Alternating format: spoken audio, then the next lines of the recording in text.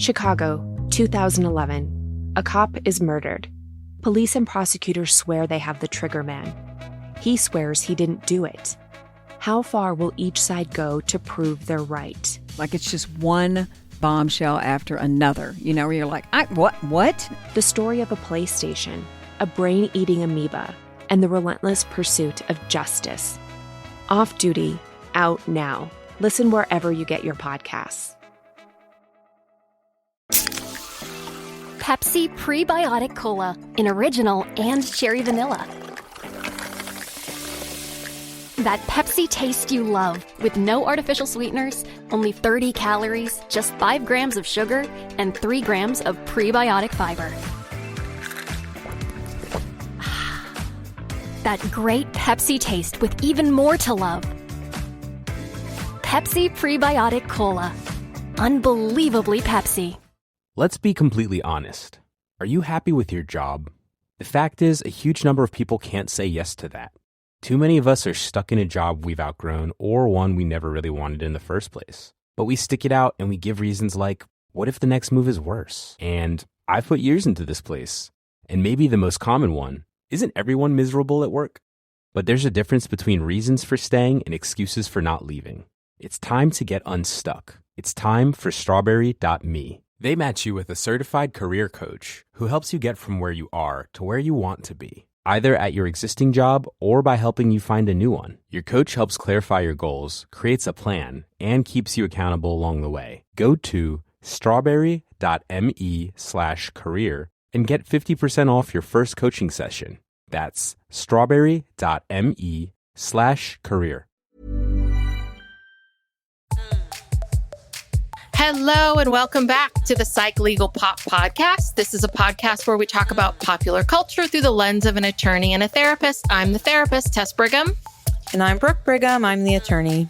So we are back today with Sister Wives, Season 18, Episode 16, Part 2 of the One-on-Ones. And yes, high level, Brooke, what was your feeling about Part 2? This is one of the most dysfunctional families ever. Ever to exist. Yes. And, I just feel like, God, okay. First of all, Kody just keeps getting worse and worse. Yes. Oh my God, these women just keep looking more and more pathetic for how long they stayed with this guy and what they put up with. And I'm just like, how did we get here? Yes.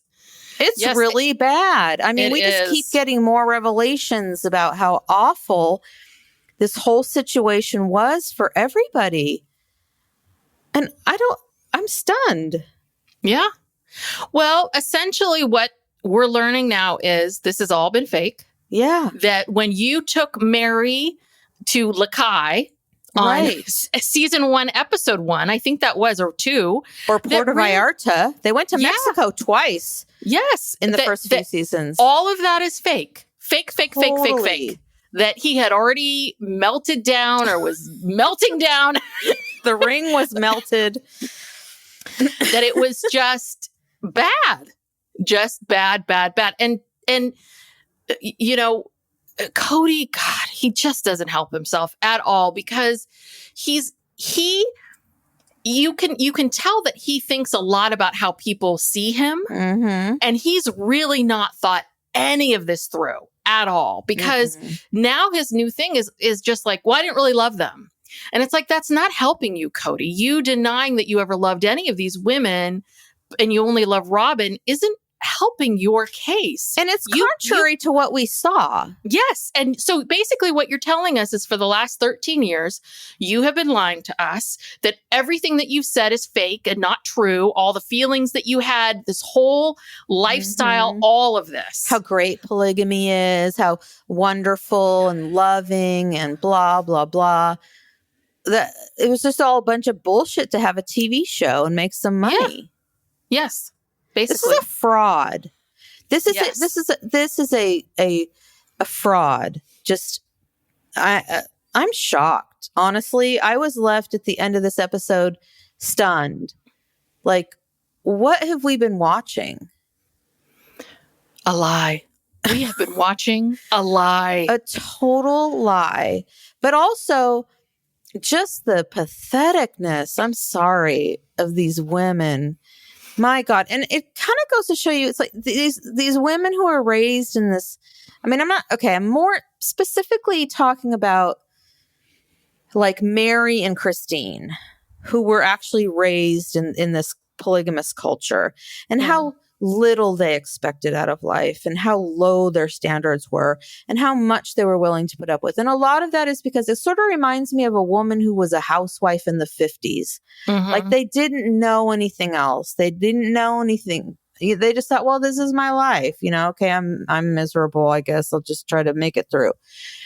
It feels like that's how it was. They talk about how they tried so hard to please Kody, to make things right for him. And Christine says, I tried to cook his favorite foods and make the house nice. And Meri was like, and I tried, he had all these requirements of me and I tried this and I did that and I did everything he asked of me and it wasn't enough. And it's like, my God. Yeah. Well, I thought it was very, very telling when we got each of the women talking about Kody and how that he always wanted them to be a certain way, yes. A certain way. And it's funny because they all used that language, but obviously it wasn't like the three of them got together and said, okay, this is what we're going to say about Kody, despite what Kody thinks. Right. Because at first when I heard Christine say it and then I heard Janelle say it, I was like, oh crap, now Cody's going to make, this is part of his paranoia. Right. The two of them are getting together. And then when Meri said it, I'm like, good, yes. Yeah. Because they are not talking to Meri. We know that for a fact. Right. So what's good about this is it really shows us, you wanted to come across as this, I don't know, this feminist version-ish of polygamy. And really, you were a raging asshole. You were awful. You were so controlling. Yes. Yeah. And, again, I mean, we've known this, but it's just becoming so irrefutable that Robyn's bullshit about how she wanted to have sister wives and she wanted this and she cared about these women and wanted that. That's all a lie. We've always known that, but now it's really true. This Robyn who was begging Meri to stay to save face, for whatever reason, was the same person who didn't even invite her over for Easter and went months and months without calling her, never called her, never invited her over, never included her in anything. What are these people doing? It's like Kody and Robyn, they're just torturing these women. And finally, it's like abused, battered women. They all finally just found the courage to leave. And it's stunning to me. Yeah. Well, I don't know. I see, I can really see and understand, like, from Janelle, Christine, and Meri's point of view, especially if I had 6 kids with this person and I, just had a baby. And I can understand being one of them and feeling like, oh, this is my life. This is what I signed up for. Okay, he's controlling, but we have this TV show and we need to go along with it. We need to kind of get things rolling for sure. I can see how you would be there. But the Meri stuff, I mean, I feel like I have a little more clarity on Meri this time around. I think I'm understanding a bit more. I just was not understanding where she was coming from. Because I think that basically, Kody was kind of shining her on in a lot of different ways. I think he was telling her one thing and doing another. And, he is the ultimate breadcrumber. If you know what breadcrumbing is, right? It's like he's a breadcrumber. He would give her little breadcrumbs enough to keep her on the hook. And again, you said to Meri you were willing to pretend that you're still together because you didn't want to be public. And then you decided to be public with it. That I was just shocked. Yeah.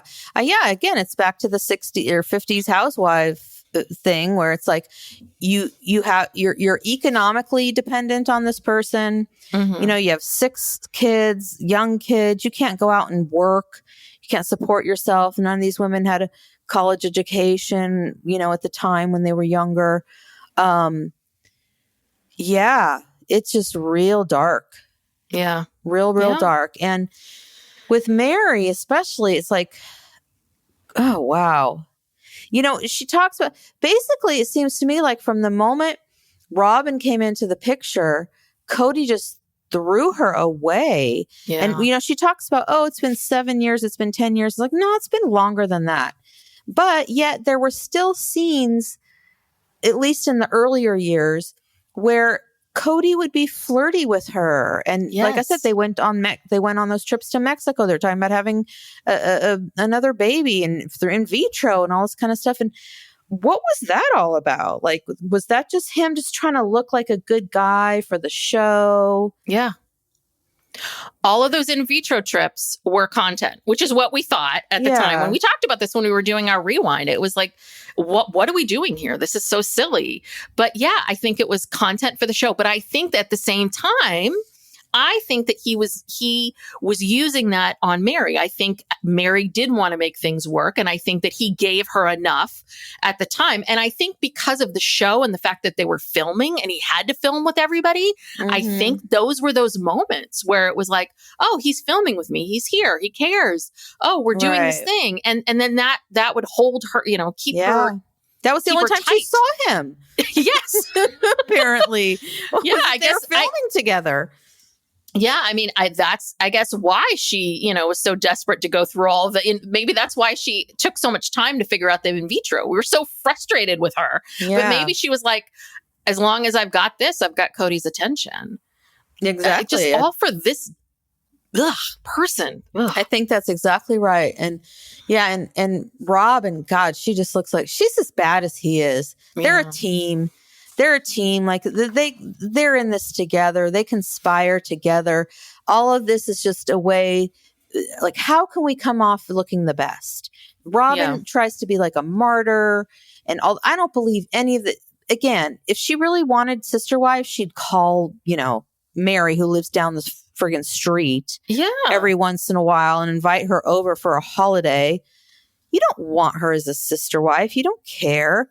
This is just all to make themselves look good. And it's all, it's all becoming clear now. Mm-hmm. Very, well, very so should we dig in? It starts off with Kody, of course, going back to this whole thing. The bulk of this episode was really about Meri and Kody's relationship, but the beginning was finishing up a bit of he and Janelle, which was what was really part one was about. Well, and can I say one thing? This is very petty, but this is not my original idea. Somebody on the internet said this. I can't remember who, but they said that Kody looks like the Burger King. The Burger King character. Yes. With the ramen hair, just like him. They have the same hairdo, like that plastic hair, and he's all puffy, like his face is just fillered up. Don't you think his face looks full of filler? Yeah, yeah. It's very puffy and smooth. He looks like the Burger King. Which of all the mascots is the most frightening. Yeah. I always found him very disturbing. Very scary. But yeah, that's perfect description of him. But anyway, go ahead. So Kody and Janelle.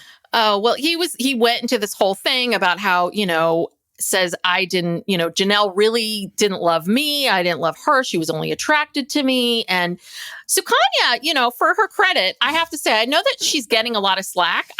She was trying to get a little bit like, trying. Hey, look what she has to work with. God. Yeah. She's like, hey, you guys, seem to have this really fiery sex life. What's going on? And they were, and Janelle basically confirms, like, they did have a really good sex life. But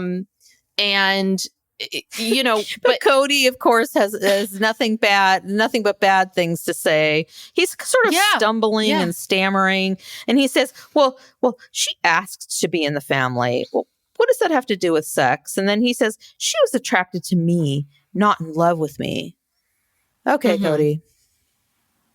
So, but he basically, we saw the fight, we saw the reconciliation. Sukanya is trying to point out to him, like, hey, Kody, you seemed very upset when Janelle said that she wanted to keep separated, that you seemed to be the one that wanted to, figure this out and make this work. And then he gets into this whole thing. He said, he didn't want to pursue her. He was very ashamed of their fight, but he didn't want to pursue her. And then he says this whole thing about there's a fine line between we've got to make this work and this is unfixable. And I'm like, no, there's not. There is not a fine line.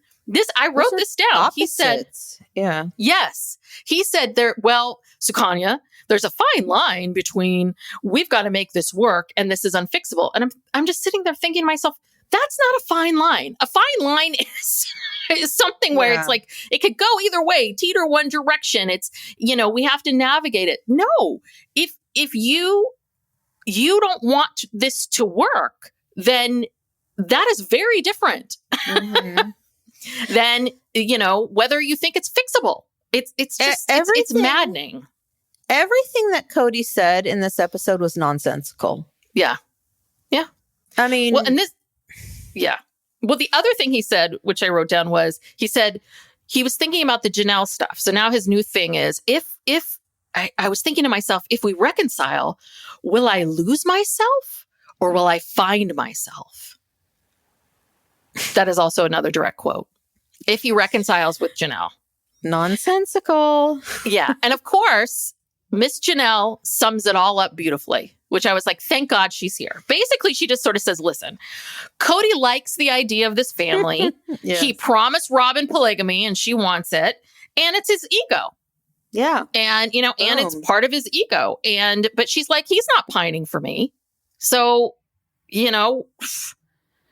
and she was pissed because Kody kept going to her about earning the relationship. And she was like, I was not going to do that. Yeah, his conditions. Yes, the conditions, yes. His conditions were that she had to co-parent with him and not Christine, and that she had to be less independent. Yes.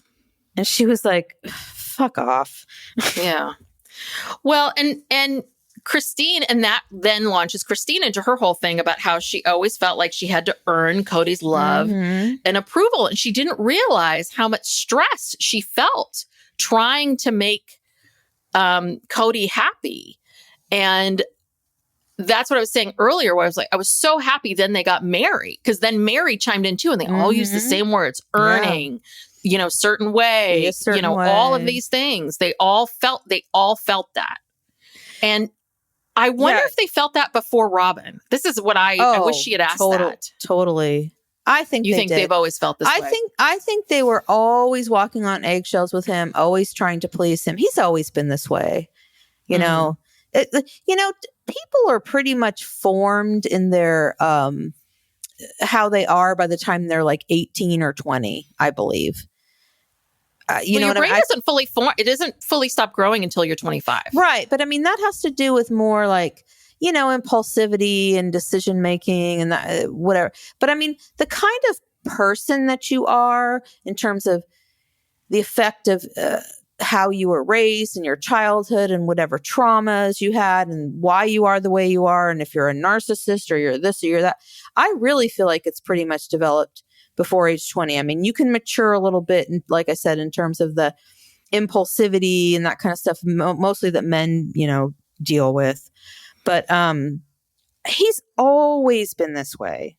Always, always, always. He's always been quite pleased with himself. And so, no, this is nothing new. I think, this is my theory, I think that, yes, he has always been this way, but I think that it was in a way in which he was always able to, again, walk that fine line to make it sort of charming. Like, I think he managed, he would do these narcissistic things, these bad things. And then he always, I think, figured out how to bedazzle someone, kind of like, make them laugh or do the right thing or say the right thing or whatever it is. I think that there was a level in those moments of humbleness. But I think once he became quote unquote a star, right? It's always very telling. This is the whole thing, right? Like how you can really tell a person's personality once they get a little bit of money and a little bit of power. Like, where do they go with it? Remember when they went back to Kody's hometown for that, pioneer days or whatever it was, and they met all the people that went to high school with him? They all said the same thing. Kody was a showboat. They're not surprised that he's on this show. they all thought he was gay. Not that there's anything wrong with that, but it was just like, that's interesting. Just like he was obviously very just out there, like trying to, be different and stand out and whatever. And, what was I going to say? And so for him to now say, oh, I didn't ever love Meri. I told her I loved her. I pretend that I loved her. I'm sorry. We saw the wedding video. Yeah. Where we saw the way you looked at each other. Yeah. He was happy looking at her. He serenaded her with that song by Bread. He's not that good of an actor. He's just not. He was happy. He was happy to be the center of attention that day. Yeah. That's and I'm sorry. And, the times when he went with Janelle and went camping, or even with Christine, there were times when they would do stuff, whatever. And he seemed happy with it. Please. This whole thing about how I never loved any of these women. Yeah. That's a lie. Well, it also makes me think more and more about how when he came back from the mission and the dad was like, we're doing this new thing now, we're polygamists, and Kody joined in. I really do think that Kody will never admit this, but he did not have a testimony. He did not have this is my theory, in my opinion. He did not have a testimony. He did not have he was not any of these things. I really think that he realized, oh, I like this. I'm going to get a lot of attention. Right. And that's why he chose it. And I think he kept picking wives and choosing this and over again for the attention. And I think that and I think he kept, I think he just liked the attention. And I don't think he even, again, we talked about this last time, if he really knows what love is. And I find it hard to believe, like, this is the other part of it too, is like, Kody, can't you just say, like, couldn't you just say, I love them, but I'm not in love with them anymore? Why do you have to just break them down? You've already made them look, awful. You've already melted down their rings, stomped over them. Yes. Yeah. It just feels vindictive and cruel. Mean. Yeah. Yeah. So anyway, Meri says that this was interesting, right? Because then Meri says, yes, her loyalty wasn't enough. Everyone always talks about how loyal Meri is, right? Her loyalty wasn't enough. And she said, he wanted her to be a certain way, and she would do these things to please him. And one of the things, did you catch this? What she said, and he would ask me to share some information with him, and that would make, and that would fix the relationship. Trash talking, I think they call it. Yeah. I think what would happen is I think he would like ask Meri, like, tell me what's Christine saying, and what's happening over here, and what's happening with the kids. I think that he used her as information. Like, that's very obvious, and which goes against the whole rigmarole that Kody and Robyn have always had, which is, we don't talk. I'm not in anybody else's relationships. These are separate relationships. Like, there's no way. It's like, yeah, just because you're not directly asking. Yeah, he's using Meri. You're right. He used her as a spy to collect information about other people. Yeah. But yeah, he's here going, she says that we were madly in love, but it wasn't love. I wasn't madly in love. It was a romantic, he says it wasn't a romantic experience. He said, or it was a romantic, I can't remember now which way he said it, but he said they had a romantic experience in the beginning. Okay. Well, okay. How long did that last? Yeah. Well, and then we launch into this whole thing. Then we have to watch the Meri stuff about Meri going. This seemed like to go on for a long time. There was a lot of, again, this was a heavy flashback, flash forward, coming up, whatever type of episode. Yes. A lot of that kind of stuff. Where Meri tells Kody, I'm moving my clothing business to the B&B, and, he suggests the barnuminium. Which Christine was horrified by. They showed her face watching that clip, and she was horrified. And she's like, he wants her to like sleep with all of his garbage. Yeah. She was incensed by that, as we all were. It was horrible. Well, and then so Robyn says, so we get very little of Robyn. Again, barely participates in the show. Barely, yeah, because you know what? We've all got her number. Her you know what? Her the gig is up. Like, whatever, Robyn. But she's also not a very interesting person, but she does say something about Meri. She says that apparently, I guess, right, like Robyn says, well, Meri's asked me to be strong for her, that, can you help me communicate with Kody? Can you be strong for me? And the way Robyn was describing it is as if Meri had been, last week saying, be strong for me, be strong for me. And then when we hear Meri's version, I thought it was very interesting and very telling. In Meri's version, she says, yes, in the past, I have asked for that. So again, this has been this under false pretenses. Like Meri hasn't been reaching out to Robyn and asking her to do any of these things, that Robyn's just been inserting herself. That's how I took it. That it wasn't this recent thing. No, and Kody said that he was frustrated that Robyn has been pressuring him to reconcile with Meri for 7 years.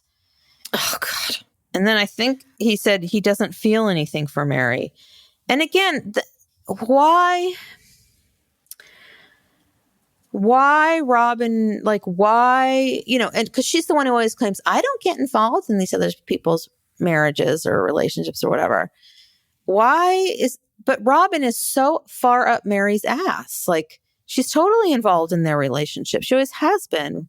Yeah. Well, and then her claim is that, well, Kody does ask about Meri. She said that Kody will say things to Robyn like, oh, maybe I should contact Meri. And, that's that Kody considers Meri. And I'm like, you know what? I bet you anything. It's more of like, has Meri put in her money in the family pot yet? Right. Let me Venmo request her.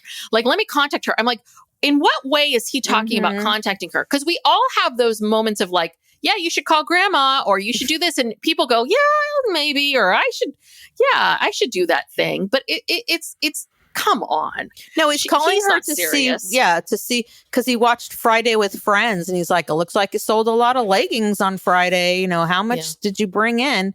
Yeah. Yeah. And he was keeping her around. He wanted her to help pay off Coyote Pass and pay for the Barnuminium.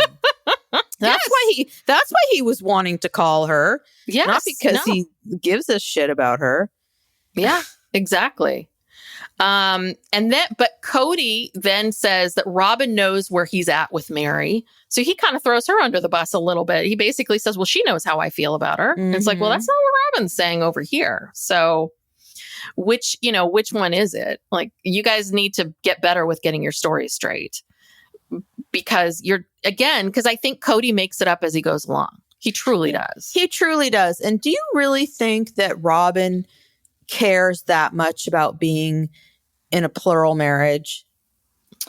I think Robyn has a vision of what plural marriage would look like or what she wants it to be. And I think that's the vision that she wants. And I don't think it's got anything to do with plural marriage. I think she likes the idea of plural marriage. And I think she likes the idea of being surrounded by lots of people and kids and family. And I think she, in theory, thinks that this would be awesome and wonderful. But I don't think that she wants to, I don't think she obviously didn't want to take advantage of the best parts of it, which is babysitting and getting your sister wives help for things or building any kind of relationship. And, so I think she likes the idea in her mind. And I think that when she thinks about plural marriage, I truly think what she thinks about is sitting on that rocking chair with her sister wives and having a great time and, seeing all the kids run around. But that's just one image. A lot of people do this. They base their whole lives on some random image that they've gotten in their head about like, this is what it's going to be. It's like, no. Life is day in, day out, right? It's like what you do every day. I don't think she has any idea. Yeah. And I think she likes the idea of all these other people supporting her. Yes. Because they've all been supporting her for the last 12, 14, 15 years, however long it's been. And if this all falls apart, she's going to have to get a job. Yeah. Because this show can't go on like this, I mean, but they've had enough of her. Like, she's not entertaining. She's not barely even part of the show anymore. Well, but the problem, and that's what I was saying. I was wondering, how are they going to keep this going? But this is apparently TLC's highest rated show. There's talk of the next seasons. It did very well. I did not think that they had this much power, but I think they do. I mean, I keep coming back saying TLC needs to make them be together, and spend more time together, at least do the couch interviews together and do these do these wrap up shows together. But I guess because they're so high rated, I guess they're going to be able to keep going like this until people stop watching. Yeah, we talked about this last time about how Robyn doesn't do shit on this show.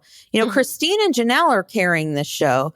And I think I saw this on Without a Crystal Ball. She was talking about how Kody and Robyn, they're not even on social media. Mm-hmm. You know what I mean? They do not, neither one of them post on social media, whereas Janelle and Christine and even Meri, they're on social media constantly. Yeah. So, they're out there, they're promoting the show. They are promoting themselves. They're keeping themselves relevant. And again, it's Kody and Robyn are the laziest reality people. They barely show up. They barely do anything. They don't do any promotion. And why is it that she can stay on the show and get the same salary? Or I don't know if she does or not. But I mean, why can she stay on the show and get paid for doing nothing? Yeah, well, but this is the whole house. This is why housewives fight. Same thing. So-and-so gets away with murder. And, but this is in any job we ever had, right? Everybody knows this. There's some coworkers that do absolutely nothing. And you're like, how are they getting a paycheck? True. And how are they still here? True. But the best was Janelle was saying that basically calls Robyn out and says, yeah, Robyn was giving Meri false hope. And Janelle would never put herself in that position.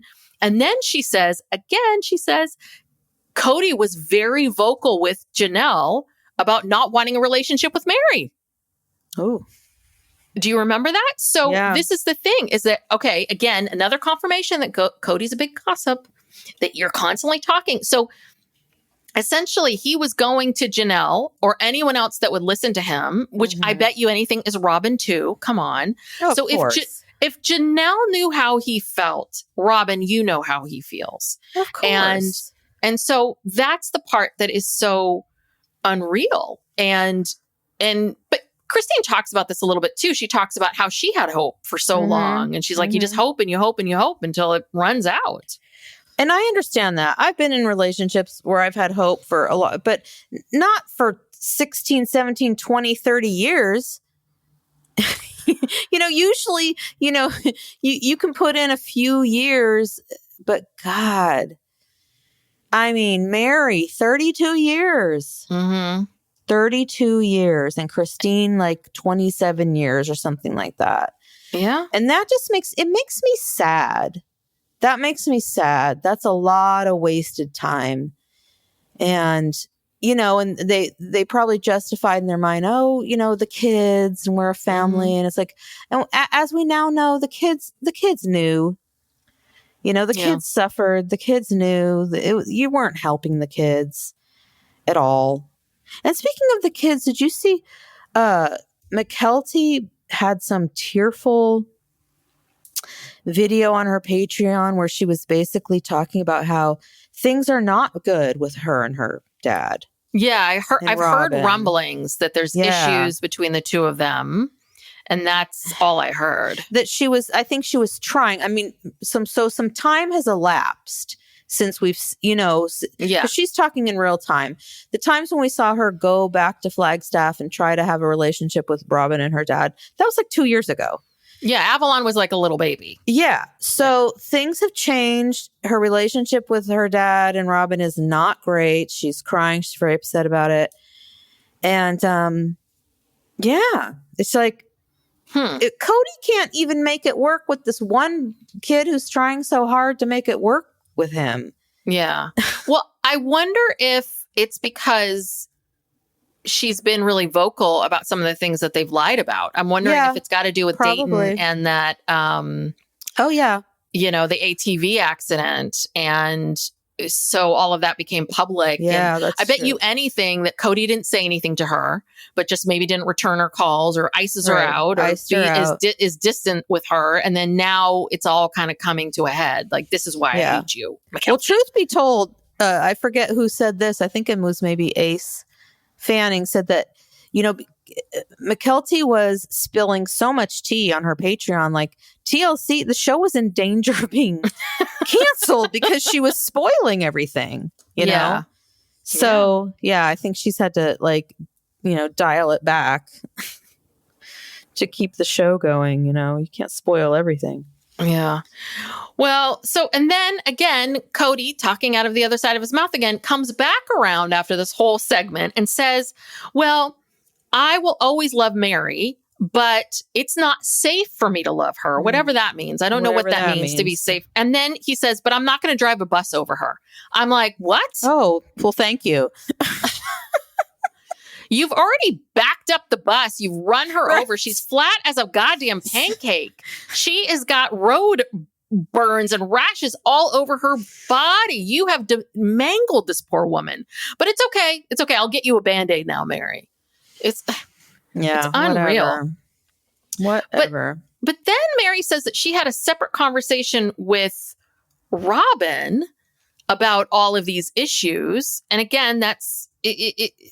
Then we get Robyn's whole thing about how, she I don't know if this isn't the part about where she speaks Kody. Yeah, but she talks about how Kody does not have a filter in his head, that everything that he thinks, he just says all the time. And that basically this is her way of sort of making up for these like half truth, half lies of that Kody just says everything. And that what she's been doing is interpreting what he's been saying this entire time. And controlling the narrative. Yes. Yeah. Well, I just want to say, this is one of my pet peeves in life, are people that don't filter what's in their head. I think those, and again, this is not scientific, but just from my own experiences, people who don't filter, they take this attitude of, I'm just being me, I'm just being real, I'm just being open. And it's a bunch of BS. And every person that I've met who's like this is such a narcissistic, like not even as bad as Kody. I'm just saying that I've had friends like this too, where, you're hanging out with them and they'll be like, oh God, I'm so bored. I want to go home, and you're just like, what? You can't filter that. Cute. I know. It's not cute. It's not funny. It's yes, filter. Number one, not everyone needs to know what you're thinking all the time. And number two, you're not being thoughtful or compassionate about the person sitting next to you if you don't filter. Oh God, yeah. Jesus, you need to filter. Like even when you think you filtered, filter again, think again. Like, Yes. Jesus Christ. Yeah. But Christine thinks it's a bunch of bullshit. She actually swore that Robyn speaks Kody. She says, we all know him well. She isn't the only one. But they've all known him a lot longer than Robyn, actually. And that but that Robyn convinced everyone that she spoke Kody and that she would, mediate all of their relationships. And that Kody says that Robyn sort of pushed this. I mean, Christine said that Robyn pushed this on them. And Janelle was the best, because Janelle just laughed and she was like, I don't need someone to translate for me. We did okay without you, And then also, apparently this has happened with her kids. Yeah. She wants to mediate everybody's relationship. And she's the one who's always like, I don't get involved. Kody, I don't get involved in these other relationships. That's their business. Yeah. Well, bullshit. Yeah. We all caught you. Anyway, but I cannot believe that she would go to the kids too. I know. And I guess this is what really pissed. I mean, now we're sort of seeing a bit more about why Garrison is so mad. And because I'm sure Garrison many times has tried to have a conversation with Kody or tried to do something and then gotten Robyn. And it's, oh God, it's utterly frustrating. So then we come to the ring. Ugh.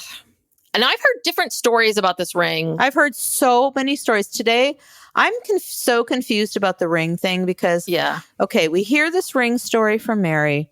And then today, I'm on, the social medias.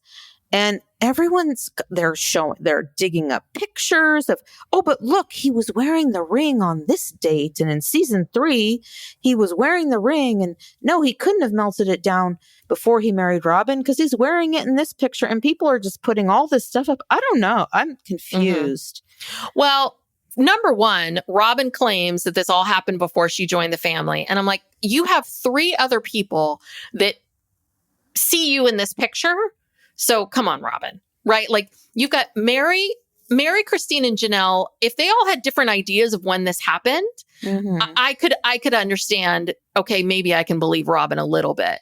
But basically, you've got 3 women who very clearly know when the timeline independently. Is. People who, they don't talk to Meri. Janelle and Christine don't talk to Meri. So they didn't concoct this. Yes. So this is all their own recollections and their own independent. And I think that you marrying Kody and them being on a TV show is significant enough for them to remember events that happened before it and events that happened after. Right. So I'm sorry. So they all 3 say it happened before the marriage. But while they were courting. They were courting. Yes. And that Kody felt compelled to take this ring and, melt it down, apparently, so that Meri no longer had control over him. Power over him. Yes. And that's very interesting because Meri's the person who allegedly, I don't even know what's true anymore. Allegedly, she brought Robyn to Kody, or at least encouraged Kody to court Robyn, and maybe she can be a 4th wife and whatever. Yet Kody is so angry with her, and he doesn't want her to have power and control over him, that before he even marries Robyn, he melts down this ring. Like that in and of itself doesn't make a lot of sense to me, but I believe them because they all 3 say it. But why? Like, yeah. But also, yes, there's that. But also, why did Kody not feel that way when Janelle came into the family or when Christine came into the family? He didn't feel compelled to, melt down the ring then, and this power and control issue. Like, when did this all come up? And that's pretty serious. And that is the same time that we're seeing you to go to Lakai, staring at each other while you're getting him ready for his wedding with Robyn. Like, we're seeing all of these moments between the 2 of you, but you don't want her to have control over you. I mean, what did she do?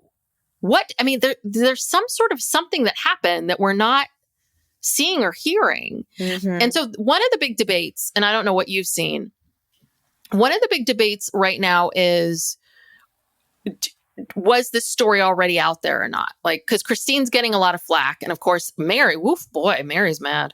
Don't piss Meri off. Meri's pissed that Christine shared the story, but I've seen on social media people talking about how, like, no, this story has been out there. It's been talked about. You can't get on Christine. Again, it's not Christine's story to tell. I'm with Meri on this one, but I don't know if Christine knew that she was doing that to Meri. I don't know. I've heard different things from different like social media accounts and all of that. So I don't know. Well, what I saw was that Meri's catfisher wrote a book. This woman, Jackie Overton, wrote a book. What was it called? Something. Oh gosh. Oh my gosh. It was like something Meri. Anyway, the catfisher wrote a book that was published on, like the internet. Oh, Almost Married. Almost Married. That's it. And the catfisher told the story in that book that Meri had told the catfisher about the ring incident. And so it was in that person's book, which has been out for many years. And so, yeah, it was out there. And Yeah, someone put a screenshot of an excerpt from that book online. So maybe that was the source, but also too, like, these people, this whole thing about, it's Meri's story to tell. Is it? I mean, these people have been so messy and talking about this and that, and there's so much stuff out there. This isn't like Meri's secret, because no, there are people are not shocked. They're like, oh yeah, I heard that, or yeah, so I don't know. Well, Mary's sure shocked, or maybe there was some sort of unwritten rule, because it seems like there's a lot of unwritten rules in this family, right? We all have overt and covert, rules. And I feel like maybe one of the rules was that whatever was said in this book is not to be repeated, or we're not going to give any life to it. Or maybe that was one of the pieces for all of these women. They were told, like, don't mention that story. That story's in that book. And so maybe that's Meri feeling like, I thought we had this agreement that this wouldn't be repeated ever again. But at the same time, I mean, I don't know. I've seen people come down on Christine on this. I don't know. I think Christine is finally able to talk. And I think she does not like Meri. And I think she was like, you want to hear, you want to effed up story here? Yeah. So I think she's kind of like, whatever, Meri, what are you going to do? Hate me? Right. Go ahead. We already do. So Christine's like invincible at this point. But but this whole, I think it's just comical. Kody and his rings, like what is this obsession with rings? Ugh. Because then, I think it was season 3, they all, after he'd melted down the first ring, they all got him that Clotter ring together that had the 4 little jewels in it or whatever. Then he designed his own ring with Robyn. This is what Christine said. He designed his own ring with Robyn several years later. And Christine was like, okay, yeah, whatever. We were all just like, whatever. And, like, we see how it is. Then recently, he and Robyn got new rings again, which are these horse rings. Yeah. These big old signet type rings. What the hell is this, like, obsession with rings? I don't know. Most men hate rings, don't want to wear a ring, don't want to wear a wedding band. They're just like, no, I don't want to be bothered with that. Mr. Showboat loves. Yeah, Mr. Showboat, he's on his 4th or 5th ring at this point. Yes. It's like, whatever. Well, what's interesting? Did you hear what Meri said about, all of this happened, the symbolically melting the ring down, that all of this happened 7 years before the catfishing. And she's like, and no wonder I was looking for someone. I didn't have any friends in the family. And you're like, oh, okay. Yeah. Now we're being that honest. She was looking for someone. I'm like, that is very honest. I get it. Yeah. I don't blame her for that. I don't blame her. I mean, it would have been better for her to just leave that family, once her child graduated and whatever. Meri just couldn't do it for a variety of reasons. She just couldn't do it. I don't know if it was the religion, the fear of not having any family, the hope that Kody was giving her. I don't know what it was, but I wish she would have just left. But I don't think any of these people, if you were on a reality show and that reality show is what's keeping you fed and you no longer, and you no longer have to go to some crappy $12 an hour job, right? Because again, they all weren't making a lot of money. They were all, this was probably the most money they were making. And suddenly your whole livelihood and everything is wrapped into this. And this is your identity and this is everything. And that's what's so sad. That's sad. That's sad that these women got themselves in this situation where, it was financial dependence. Yeah. And then, Yeah. So Meri said that she held out hope because she once saw him in a different light. And again, they showed us again, we really watched this clip, like from beginning to end again, the big clip of Meri, Robyn, and Kody at Coyote Pass. So boring. Yeah. I mean, we already knew about this, but again, we get the story yet again, which is, he gave her a bunch of hope in 2018. I guess that was the anniversary. And she didn't know any of it was true until she saw it on TV. So I don't know. She said that she and Kody went out for a drive on their anniversary. And I assume that this is the one that just happened in 2022. And that's when Kody, is this your understanding of it? So that Kody and Meri, they go out on a drive for their latest anniversary, 2022. Kody tells her definitively there is no marriage. It's not going to work. Meri says, okay, well, I want to go public. Like, let's put this out there. Kody says, no, I don't want the criticism.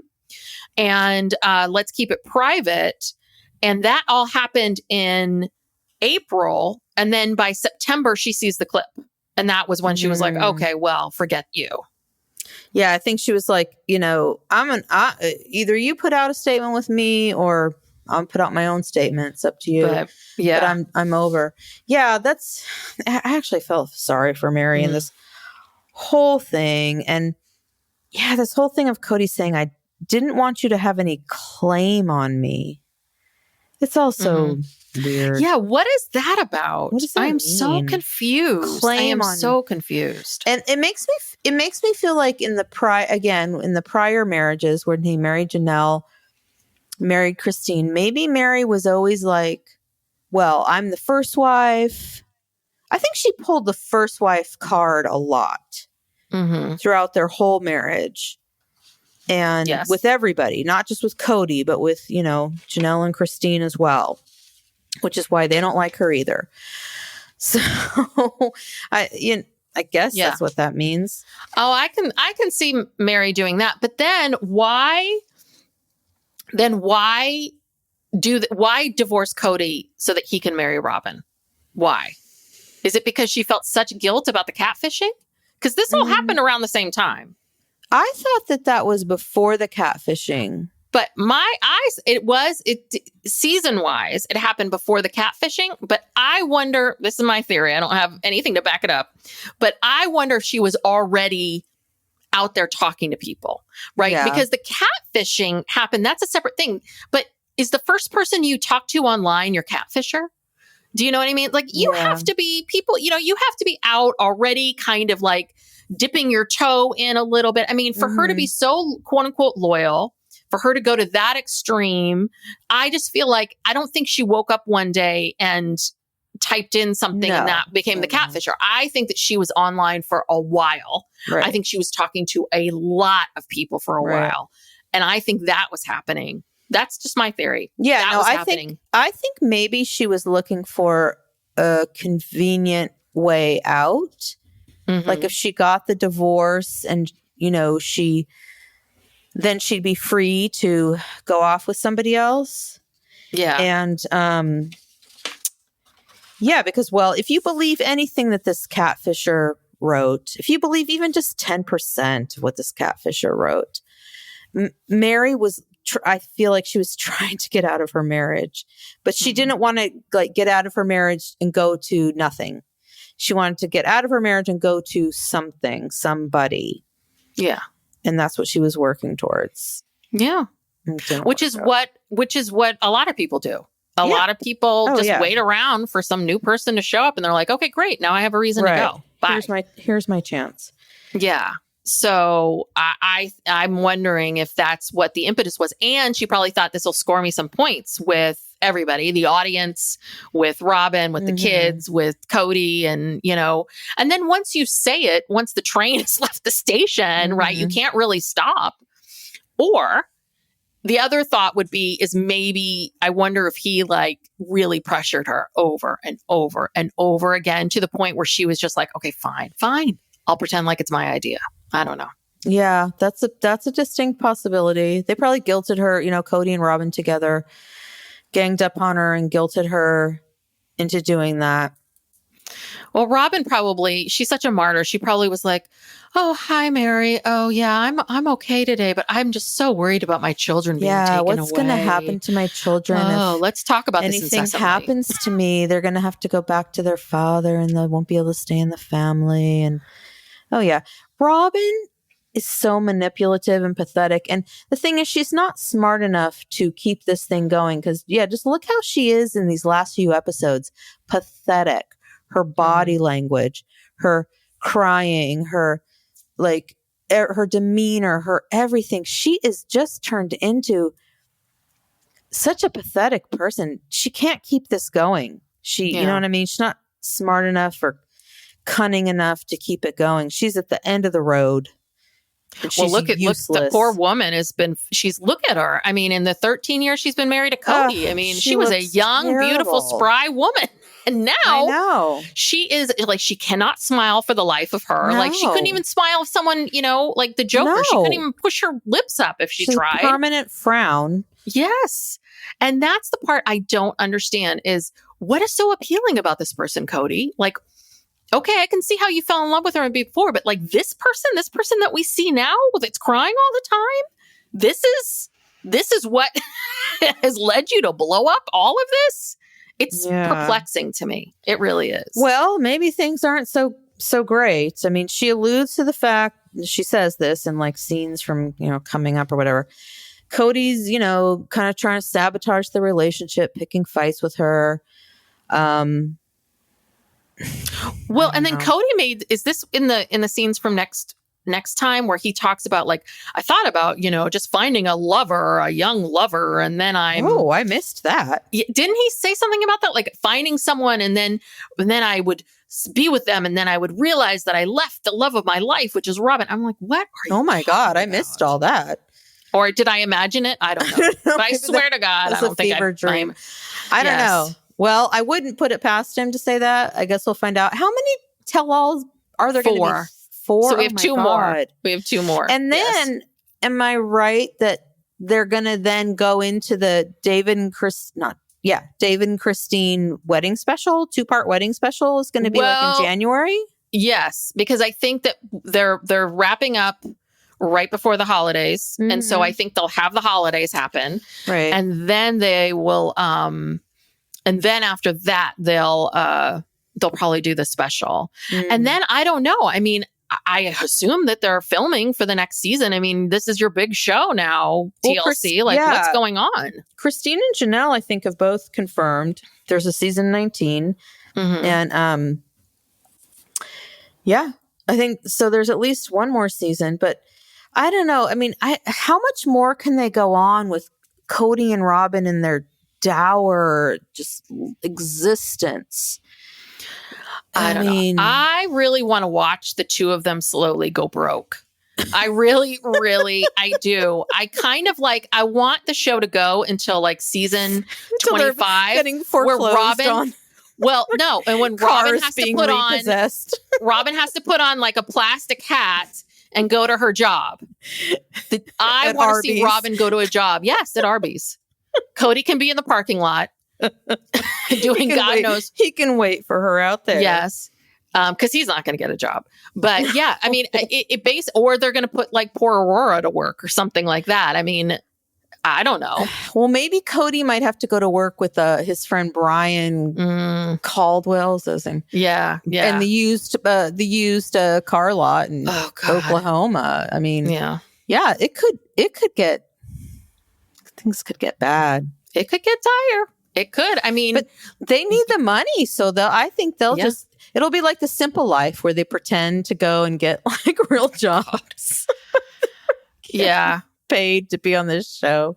Yeah. Like, well, they did that on the Jersey Shore too. They would always have them work, but they weren't really ever working. Right. And, maybe that'll be the storyline. They're going to make them actually work. That I'd like to see. I'd love to see someone training Robyn at some like Claire's boutique or something like that, and she's not doing retail.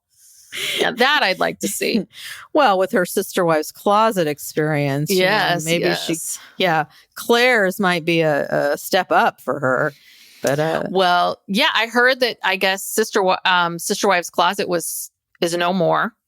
I guess they folded it. Oh, I thought it had been shuttered for a while. No, I heard recently that it was officially, but maybe I'm behind on the times. So I don't know. There's so much information. I know. Like there's so much Sister Wives stuff. And then once you're interested in something, it's like, God, every social media thing I'm on, it's like coming at me. I'm like, did I ask for this? It's all a lot of suggestions for me. I'm like, did I want all this?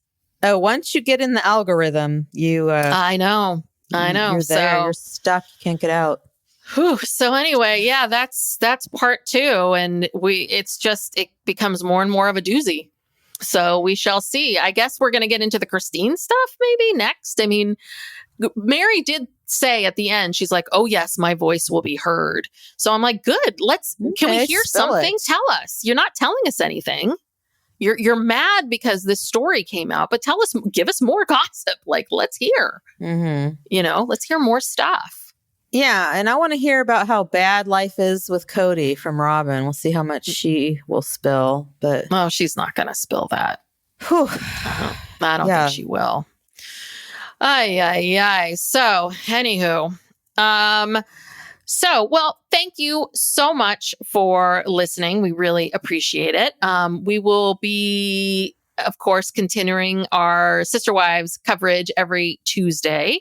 And then on Thursday, we are covering documentaries and other things. This Thursday, we are talking about escaping twin flames. And whew, boy. Yeah. That was a doozy of I have a lot of thoughts and feelings. I have about like 16 pages of notes. I have so many thoughts. Oh gosh. I watched the first hour last night. I have to finish watching it. But yeah, from what I saw, I was like, this is nuts. Yeah. And nuts. and there's several other documentaries coming out that I want to cover. I have to talk to you about that. There's a lot of good stuff out. So we're going to have some good documentaries coming up. And we were even talking about doing a series of documentaries based upon where we grew up, which is a very strange place where a lot of weird crimes occurred. In Mendocino County. Our father has, what does he call that thing? His unaffiliated, he has a death tour. It's what like is a his death tour? Yeah. Yes. Our father has one. We drive around places in Ukiah and Mendocino County where various crimes have been committed and or things related to crimes. I mean, like major crimes, like major stories. Yeah. We have the Jim Jones People's Temple that was up there. Polly Klaas, who was kidnapped in Santa Rosa, but they found the guy in a trailer in Ukiah or on the outskirts of Ukiah. The body was on the border of Mendocino and Sonoma counties. And then there's Stephen Stainer. The Stephen Stainer, which is a huge one. Yes. Yeah. Stephen Stainer tragedy. I so remember when Ryan White, because I think I was about his age. You were his age and I was more closer to the age of Stephen Stainer. And that was the craziest story. Yeah. And there's a Night Stalker. He wasn't up in Mendocino County, but he was in LA and San Francisco. He murdered some people in San Francisco. Oh, that's right. But he was really terrorizing California. Yeah. And I remember we were down in LA at like Disneyland when all of that was, I remember that, like being near it. And it was huge story in the 80s. It was big. It was and then there's some other ones. We got to get Dad's list of places to go because he knows all the hot spots. Like this is where this happened and this is where this happened and so on. So if anyone listened to our Thanksgiving episode, we talked a lot about our childhood and where we grew up and all that. So we really want to do a retrospective. Because there's been some other cases, and we were talking about this. There was a girl that was she kidnapped and murdered that lived across the street from us. I mean, it's the craziest thing. She lived across the street from my dad. Yeah, and she was murdered after getting off the school bus. She was someone we played with. We were friends with her. So a lot of dark stuff. Yeah, it is dark. It is dark, but if you're into that kind of stuff, we got a great winter, great winter coming up for you. The winter of death. Yes. It's awful. The winter's already depressing. It's dark at 5. Yes. Winter's coming. I'm going to turn on this podcast. And can I say, there is something strange happening. Okay. I realize daylight savings time, in the winter, it gets dark earlier. Never in my life has it been dark so early. Literally by 4:30 it is pitch black. Like what is happening? And then I don't know. This morning I woke up. Actually, I woke up at like 4:30, but I kind of stayed in bed and slept a little. And then at like 6 o'clock, I'm like, okay, I'm getting up. It'll be light soon. I'm going to go take a walk. I put on my my leggings and my walking clothes, and I'm just waiting for it to get light. And I'm waiting. It's 7:00. It's still dark outside. Really? Yes. But it should be the other way around. Like, what is happening? That's a good question. No, something weird is happening. And it took so long for the sun to come up. But finally, I was like, okay, I guess I'll go out. But it was still kind of dark and kind of scary. I don't know what's happening, but we're literally in the dark. Like, yeah, I don't understand why. I don't understand this daylight saving. I'm sure there's some reason why we need it. I've heard the explanations, but yeah, what's so hard is, especially, I mean, I'm so glad my son is grown now, but when your kid is little, like, you just try to get them up. Oh God. But also trying to, now it's like 6:30 and I'm like, God, I'm exhausted. Is it time for bed? I'm like, oh God, I gotta stay up for a couple more hours. Right. Like I can't even, sometimes I'll wander into the bedroom at like 7:55. Steve's like, you're going to bed? I'm like, it's almost 8. It's just dark for 4 hours. God, I can't take it anymore. Yeah. And so, but that's the problem is that now you look at the time and you're like, oh, I've eaten dinner. I've done everything. Like I have to stay up for a couple more hours. I'm exhausted. I know. I'm all messed up. It's hard when your kids are little, like all you're looking for is like the 8:00, 9:00 time. Like when can I put them to bed? When can I be done with this and have some time? Going to be over. Yeah. Yes. Oh, exactly. The good old days. Yes. Anyway, so as I was saying, thank you so much for joining us. If you like this podcast and you haven't already, please give us a 5-star rating. We really appreciate it. And if you're not subscribed, please subscribe. That always helps us with the downloads. And we're on social media at PsychLegalPop on Instagram and TikTok. And I have seen some people, I apologize if I have not responded. We've had a very busy couple days over here. We threw an 80th birthday party for our mother over the weekend and we're exhausted. So I will respond, but someone gave us a good suggestion of a documentary to look at and such. So, I think is that it? Is that everything? Yeah, I think so. Yeah. Thanks so much. Thank you. And we will talk to you. See you next time. Yeah. Bye. Bye.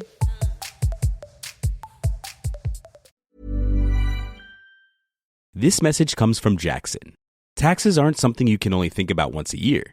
With investments, planning for tax day is year-round. Fortunately, Jackson offers tax-efficient products. Visit jackson.com for more information on how our products can make your tax bill a little bit less painful. Jackson is short for Jackson Financial Incorporated, Jackson National Life Insurance Company, Lansing, Michigan, and Jackson National Life Insurance Company of New York, Purchase, New York.